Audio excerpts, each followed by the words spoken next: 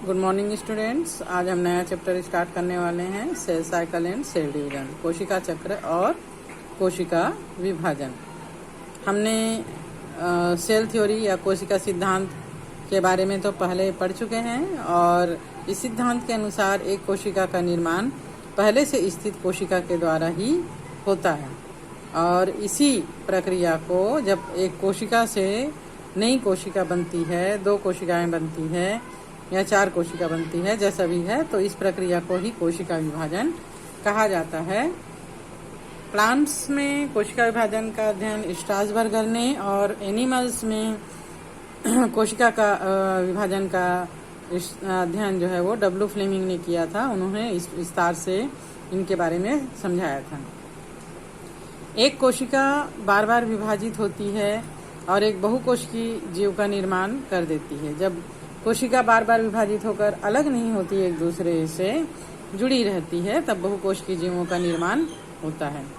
एक कोशिकीय जीवाणु और प्रोटोजोआ में जब कोशिका विभाजित होती है तो वो अलग हो जाती है और अपनी संख्या में वृद्धि करते हैं।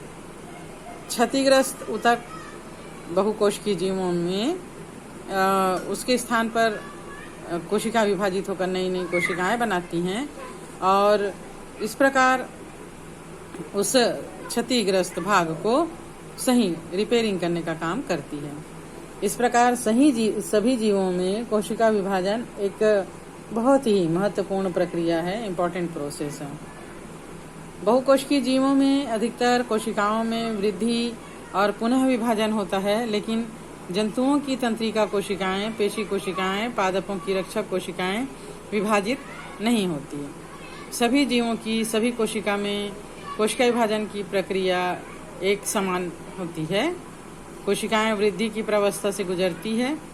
इसके बाद वे विभाजन से पूर्व गुणसूत्रों की संख्या दुगनी कर देने में सक्षम हो जाती है और फिर से अपने पेरेंट्स के समान कोशिका का स्वरूप ले लेती है। कोशिका के जीवन काल में होने वाली इन प्रावस्थाओं को कोशिका चक्र के रूप में जाना जाता है। तो हम पढ़ेंगे सेल साइकिल या कोशिका चक्र।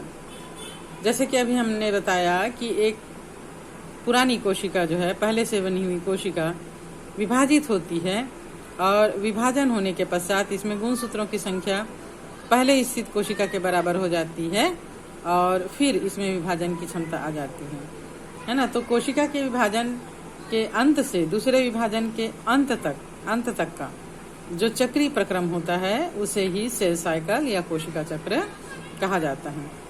इसका विस्तृत अध्ययन हावर्ड और पेल्कने के द्वारा प्रस्तुत किया गया। कोशिका चक्र के लिए जाने वाला जो समय है ना, मतलब एक कोशिका चक्र में जितना समय लगता है उसे एक पीढ़ी काल या 1 जनरेशन कहा जाता है। कोशिका चक्र का प्रारंभ नवनिर्मित कोशिका से होता है। जब नई कोशिका बनती है, ये नई बनी कोशिका जनक कोशिका की तुलना में छोटी होती है। गुणसूत्र भी इसमें मैच्योर नहीं हुआ रहता है ना। डीएनए की मात्रा जनक कोशिका की तुलना में आधा होती है।